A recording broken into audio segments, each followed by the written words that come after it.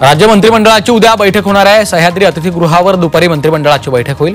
विधिमंडळाच्या अर्थसंकल्पीय अधिवेशनानंतरची पहिली कॅबिनेट बैठक असेल। यामध्ये काय निर्णय होतो याकडे लक्ष लागलंय। कुणाल कामरा संजय राऊतांच्या संपर्कात आहे, त्यामुळे राऊतांना चौकशीसाठी ताब्यात घ्या अशी मागणी पर्यटन मंत्री शंभूराज देसाईंनी केली। कामरा तपासासाठी आला नाही तर राऊतांना बोलवा असं देसाईंनी म्हटलंय।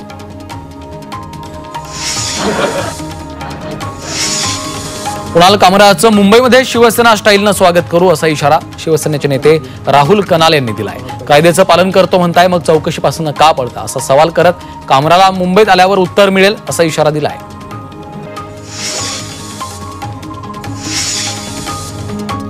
खार पोलिसांनी कामराला चौकशीसाठी पुन्हा एकदा समन्स दिलेला आहे। कुणाल कामराचे आईवडील दादर माहीम इथं वास्तव्यास आहेत। खार पोलिसांनी याच ठिकाणी कामराच्या आईवडिलांना त्याच्याविषयी चौकशी करत 31 तारखेला हजर राहण्यास सांगितलं होतं।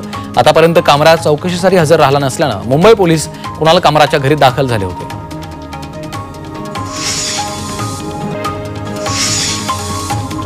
यंदा घर विक्रीत मोठी वाढ झाली। मार्च महिन्यात मुंबईत 15,094 घरांची विक्री झाली। यामधून सरकारला 1500 कोटींहून अधिक महसूल मिळाला आहे। गेल्या 2 वर्षातली ही सर्वात जास्त घरांची विक्री आहे।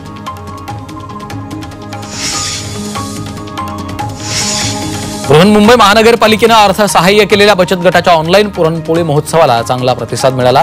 गुढीपाडव्याच्या दिवशी 3,500हून अधिक पुरणपोळ्यांची मागणी होती। घरपोच सेवेमुळे मुंबईकरांनी देखील या महिलांचे आभार मानले। मुंबई कृषी उत्पन्न बाजार समितीमध्ये गेल्या वर्षीच्या तुलनेत आंब्यांची आवक कमी झाली। गेल्या वर्षी 91,730 पेट्यांची आवक झाली होती। यावर्षी फक्त 50,882 पेट्यांची आवक झाली आहे। आवक कमी झाल्यामुळे यावर्षी बाजारभाव तेजीत आहेत। 1 एप्रिलपासून 10 मे पर्यंत आवक भरपूर राहील असा अंदाज व्यापाऱ्यांनी व्यक्त केला आहे। गुढीपाडव्याच्या मुहूर्तावर यंदा 45 टन सोन्याची विक्री झाल्याची माहिती इंडिया बुलियन आणि ज्वेलर्स असोसिएशनने दिली आहे। मात्र गेल्या वर्षीच्या तुलनेत यंदा 20 टन विक्री कमी झाल्याची माहिती ज्वेलर्स असोसिएशनने दिली। गेल्या वर्षी 65 टन सोन्याची विक्री झाली होती। ग्राहकांनी सोनं खरेदीकडे पाठ फिरवल्याची माहिती ज्वेलर्स असोसिएशनने दिली आहे।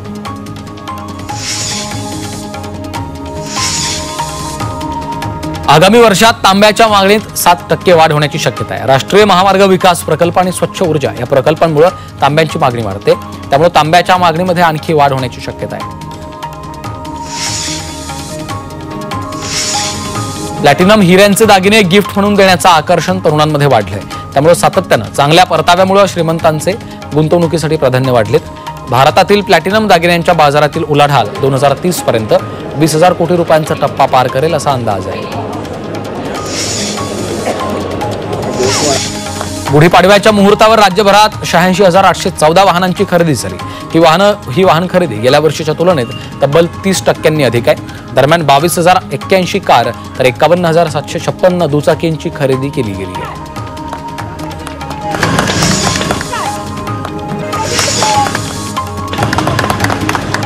ठाणे शहरात गुढीपाडव्याच्या दिवशी 117 वाहनांची खरेदी झाली आहे। याची नोंदणी ठाणे प्रादेशिक परिवहन विभागाकडे करण्यात आली। यामध्ये कार, दुचाकी, मिनी टेम्पो आणि ट्रॅक्टरचा समावेश आहे। 4 चाकी वाहन खरेदीला ग्राहकांनी यंदा सर्वाधिक पसंती दिली आहे।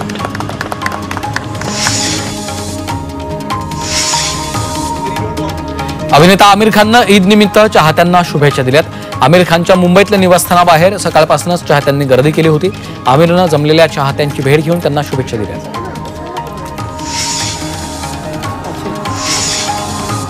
आज देशभरात ईदचा उत्साह पाहायला मिळतोय। ईदच्या निमित्तानं सलमान खानच्या घराबाहेर चाहत्यांनी गर्दी केली होती। आपल्या चाहत्यांना धन्यवाद देण्यासाठी सलमान खान गॅलरीमध्ये आला होता। त्यानं गॅलरीतून सर्वांना धन्यवाद देत ईद मुबारक म्हटलंय। सलमाननं तसा व्हिडिओ पोस्ट केलाय।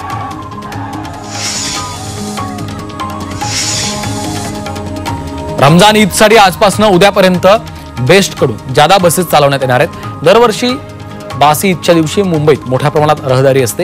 ही बाब लक्षात घेता जादा बसेस धावणार आहेत। बासी ईदच्या दिवशी 128 जादा बसेस चालवण्याचा आराखडा तयार केला आहे।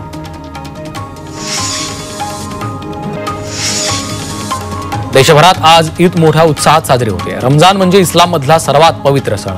हा संपूर्ण महिला मुस्लिम बांधव उपवास करतात आणि दुआ करत असतात। रमजान ईदची नमाज अदा करण्यासाठी सकाळी मुंबईतल्या मशिदीबाहेर मोठी गर्दी झाली।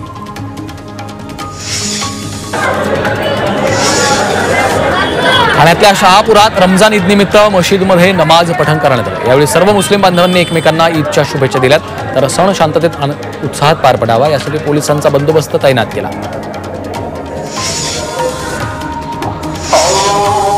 कल्याणमधील दुर्गाडी किल्ला परिसरामध्ये रमजान ईद उत्साहात साजरी करण्यात आली। या ठिकाणी पोलिसांचा बंदोबस्त तैनात केलाय।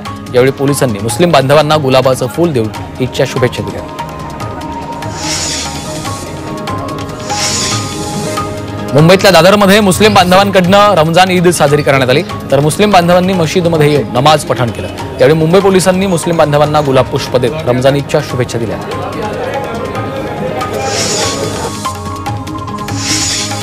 स्वामी समर्थांचा आज प्रकट दिन आहे। त्यानिमित्तानं मुंबईच्या करी रोडमधील स्वामी समर्थ मठात भाविकांची गर्दी झाली, तर मोठ्या प्रमाणात भाविक मठात दर्शनासाठी येत आहेत।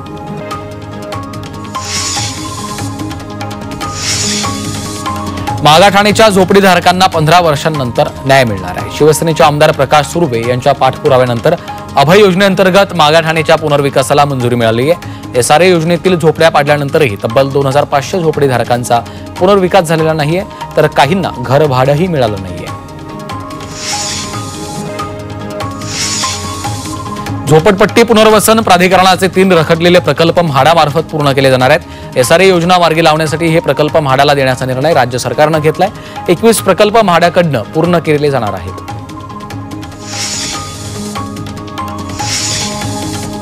आपल्या प्रायव्हसी पॉलिसीमुळे जगभर प्रसिद्ध असलेल्या ऍपल कंपनीला मोठा दणका बसलाय। फ्रान्सच्या स्पर्धा नियामकानं ऍपल कंपनीला 150 मिलियन युरो म्हणजेच तब्बल 1300 कोटींचा दंड ठोठावला। ऍपल कंपनी त्यांच्याच गोपनीयतेच्या नियमांचं उल्लंघन करत असल्याचा आरोप करण्यात आलाय। राज्याच्या मुख्य सचिव सुजाता सौनिक यांनी सरकारला खर्चावर नियंत्रण ठेवण्याचे निर्देश दिलेत।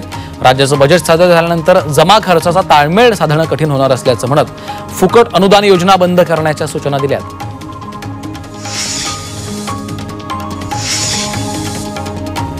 म्हाडा येत्या काही वर्षात राज्यभरात तब्बल 19,497 घरं बांधणार आहे। म्हाडाच्या अर्थसंकल्पात मुंबई, पुणे, कोकण, नाशिक, अमरावती, संभाजीनगर, नागपूर मंडळातर्फे ही घरं बांधली जाणार आहेत। यासाठी म्हाडाच्या अर्थसंकल्पात 9,202 कोटींची तरतूद करण्यात आली।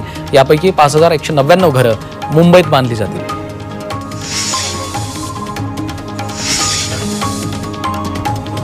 कोल्हापूर जिल्हा दूध उत्पादक संघ अर्थात गोकुळनं दूध खरेदी दरात वाढ करण्याचा निर्णय घेतलाय। दूध खरेदी दरामध्ये प्रति लिटर 2 रुपयांची वाढ केली। याची अंमलबजावणी उद्यापासून केली जाणार आहे। गोकुळच्या या निर्णयामुळे दूध उत्पादकांना दिलासा मिळाला आहे। कॅन्सरच्या रुग्णांमधील वाढ लक्षात घेता आरोग्य विभागानं कंबर कसली। सार्वजनिक आरोग्य विभागातर्फे आता ऑन व्हील कॅन्सर तपासणी सुरू होणार आहे। राज्यातील 8 जिल्ह्यांमध्ये डायग्नोस्टिक कॅन्सर व्हॅन सुरू करण्यात येणार आहे। यासाठी 79 लाखांची तरतूद केली। ही मोबाईल कॅन्सर तपासणी सेवा कंत्राटी स्वरूपाची असेल।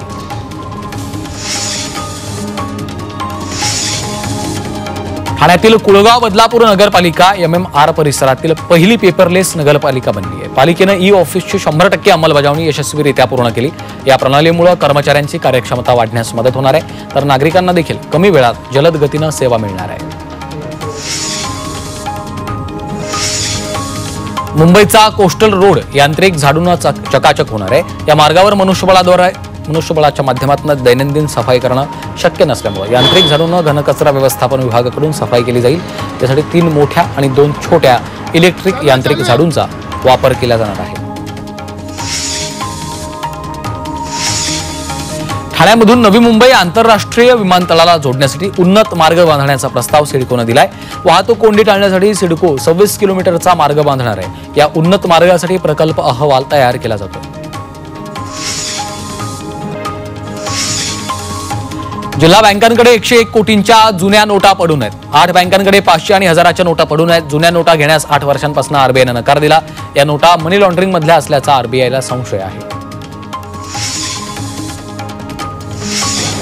राज्यात 27 मार्च अखेरच्या ऊस गाळप हंगामाच्या अहवालानुसार 80.6 लाख मेट्रिक टना इतकं साखर उत्पादन झालं। एकूण 200 पैकी 189 कारखान्यांची धुराडी ऊस संपल्यानं बंद झाली आहेत।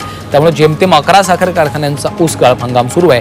त्यामुळे गेल्या वर्षीच्या तुलनेत यंदा 27.68 लाख मेट्रिक टनानं साखर उत्पादनामध्ये घट झाल्याचं दिसून येत आहे।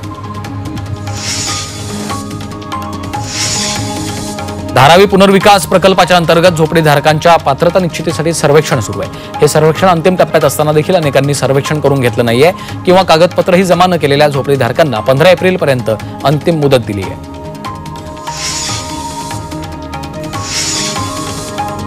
ठाण्यातल्या शहापुरात 7-8 वर्षांपूर्वी लागवड केलेल्या आंब्याच्या झाडांना आंबे येत नाहीयेत, तर वातावरणामुळे मोहर गळून पडू लागलेत।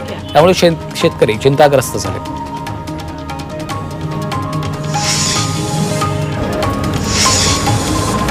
शासनानं राज्य मासा असा दर्जा दिलेल्या सिल्व्हर पापलेट या माशांच्या पिल्लांची मोठ्या प्रमाणात कत्तल होते।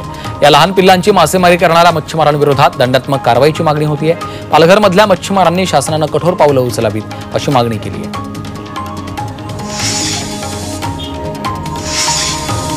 ठाण्याच्या 3 हात नाक्यावरील वाहतूक कोंडीचा प्रश्न लवकरच सुटणार आहे। या भागात MMRDA उड्डाणपूल उभारणार आहे, त्यामुळे ठाणेकरांचा प्रवास लवकरच सुखकर होईल असा दावा केला जातो।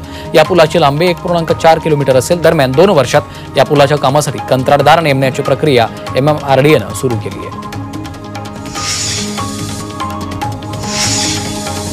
डोंबिवली पश्चिमच्या काही भागात उद्या वीज पुरवठा बंद राहणार आहे। सकाळी 9 ते दुपारी 1 पर्यंत वीज पुरवठा बंद असेल।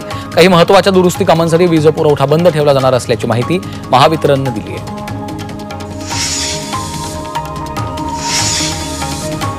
हवामान विभागानं उद्या आणि परवा राज्यात काही भागात गारपिटीचा इशारा दिला, तर राज्यातल्या अनेक जिल्ह्यात पुढचे 5 दिवस ढगाळ वातावरण राहील आणि काही ठिकाणी अवकाळी पाऊस बरसेल असा अंदाज वर्तवलाय।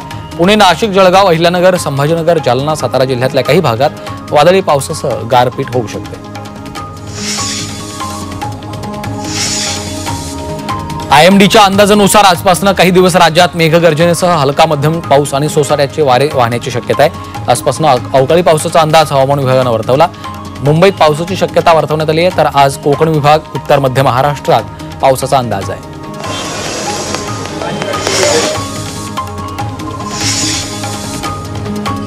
उन्हाच्या झळा वाढत असतानाच राज्यातल्या धरणांमधील पाणीसाठा झपाट्यानं खालावत चालला, त्यामुळे लवकरच पाणी पुरवण्याचं नियोजन करावं लागणार आहे। राज्यात 2997 धरण आहेत। 2 आठवड्यांपूर्वी 50% असलेला पाणीसाठा आता 47% आलाय।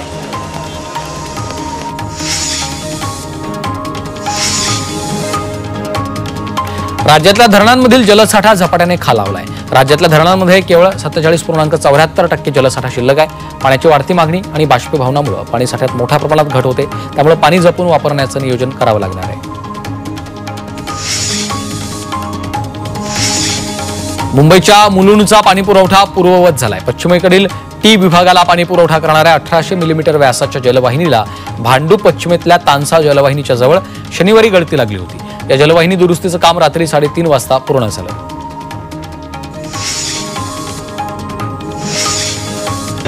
कल्याण रेल्वे स्थानक प्रशासनानं तब्बल 4,41,00,000 पाणी बिल भरलं नव्हतं। या थकीत पाणी बिलाची वसुली करण्यासाठी अखेर कल्याण डोंबिवली महापालिकेनं रेल्वे स्टेशनवर पाणी पुरवठा थेट बंद केला। अखेर रेल्वे प्रशासनानं 1,17,00,000 रुपये भरलेले, त्यानंतर हा पाणी पुरवठा सुरू केला। भारतात आता जवळजवळ 1000 आंतरराष्ट्रीय शाळा आहेत। आंतरराष्ट्रीय शाळांच्या बाबतीत भारत जगात दुसऱ्या क्रमांकावर आहे। मुंबईत या शाळांना मोठी मागणी आहे, त्यामुळे भारत आता आंतरराष्ट्रीय शाळांचा दुसरा सर्वात मोठा यजमान देश बनलाय।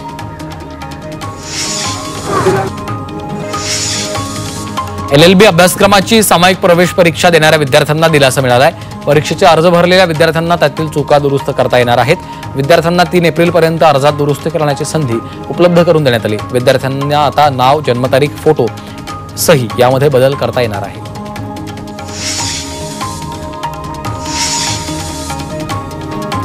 मोतीबिंदू शस्त्रक्रियेमध्ये महाराष्ट्र दुसऱ्या क्रमांकावर आहे। या शस्त्रक्रिया प्रधानमंत्री मोतीबिंदू मुक्त भारत योजनेच्या अंतर्गत करण्यात आल्यात। राज्यात 3 वर्षात 25,69,000 मोतीबिंदू शस्त्रक्रिया केल्यात, तर या शस्त्रक्रिया आरोग्य विभाग, वैद्यकीय शिक्षण विभाग तसंच स्वयंसेवी संस्था आणि खासगी रुग्णालयांच्या माध्यमातून करण्यात आल्या।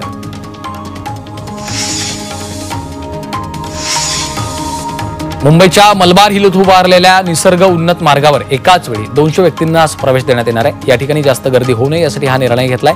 हा मार्ग दररोज पहाटे 5 ते रात्री 9 पर्यंत खुला राहणार आहे। निसर्ग उन्नत मार्गाचं 30 मार्चला लोकार्पण झालं. या निसर्ग उन्नत मार्गाला नागरिकांनी मोठा प्रतिसाद दिलाय, तर ऑनलाईन तिकीट नोंदणी देखील हाऊसफुल झाली आहे. अवघ्या 2 दिवसात 34,000हून अधिक नागरिकांनी या प्रकल्पाला भेट दिली आहे.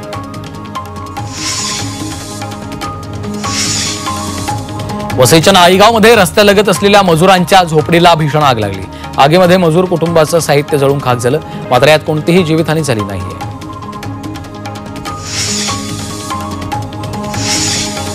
दुचाकीवर चालकासोबत प्रवास करणाऱ्या दुसऱ्या व्यक्तीला देखील हेल्मेट घालणं बंधनकारक करण्यात आलं.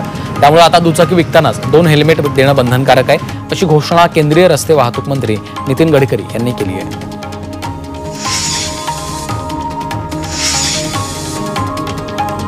MMRDAनं ठाण्यातील 3 हात नाका वाहतूक सुधारणा प्रकल्प हाती घेतला. या प्रकल्पाच्या अंतर्गत यू आकाराचा उड्डाणपूल बांधला जाणार आहे. 235 कोटी रुपये खर्च करून 24 महिन्यात पुलाची उभारणी करण्याचं नियोजन आहे. मुंबईच्या धारावीतले रस्ते धोकादायक झाले. या रस्त्यांवर महापालिकेची वाहनं आणि सिलेंडर वाहतूक करणारी वाहनं नित्य नियमानं उभी असतात. काही दिवसांपूर्वीच निसर्ग उद्यानाजवळ एका ट्रकमधील गॅस सिलेंडरमुळे आग लागल्याची घटना घडली होती. यानंतरही ठोस कारवाईकडे दुर्लक्ष असल्याचं दिसून येत आहे.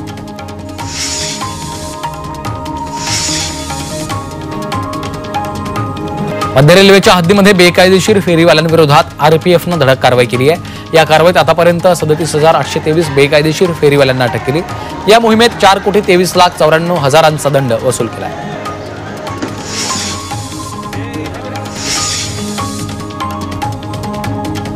मध्य रेल्वे प्रशासनानं अनधिकृत तिकीट दलालांवर कारवाईचा बडगा उगारलाय.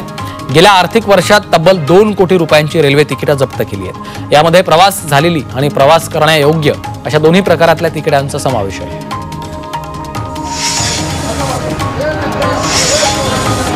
नवी मुंबईच्या तुर्भेत हावरे कमर्शियल कॉम्प्लेक्समध्ये थकीत कर वसुलीसाठी आस्थापना बाहेर ढोल ताशे वाजवत वसुली करण्यात आली.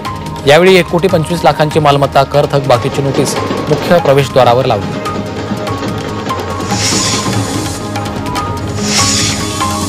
उल्हासनगरात ट्रकनं उच्च दाबाच्या विजेच्या खांबाला धडक दिल्याने अपघात झाला. कॅम्पच्या भाटिया 5 दुकान रस्त्यावर झालेल्या धडकेमध्ये अनेक खांब रस्त्यावर कोलमडून पडलेत. विद्युत तारा रस्त्यावर पडल्यामुळे अपघाताची भीती होती. सध्या इथला विद्युत पुरवठा खंडित करून दुरुस्तीचं काम हाती घेण्यात आलं.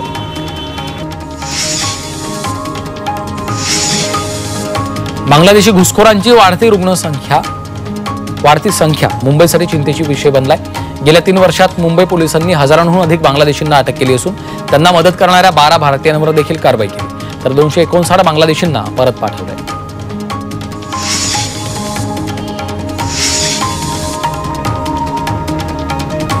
बलात्कार प्रकरणामध्ये जन्मठेपेची शिक्षा भोगत असलेल्या आसारामच्या जामिनाची मुदत 3 महिन्यांनी वाढवली आहे. त्यानंतर पीडितेच्या वडिलांना कुटुंबाच्या सुरक्षेबाबत भीती व्यक्त होते.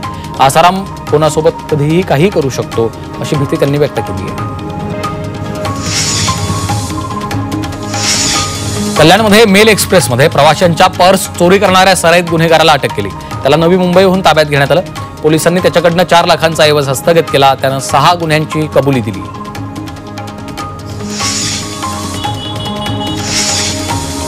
कल्याण रेल्वे गुन्हे शाखेनं मेल एक्सप्रेसमध्ये चोरी करणाऱ्या चोरट्याला अटक केली आहे. या चोरट्यानं एक्सप्रेसमध्ये प्रवाशांचे सोन्याचा ऐवज मोबाईल लंपास केले होते. या प्रकरणी चोरट्याला अटक करत 5 लाखांचा ऐवज जप्त केला आहे.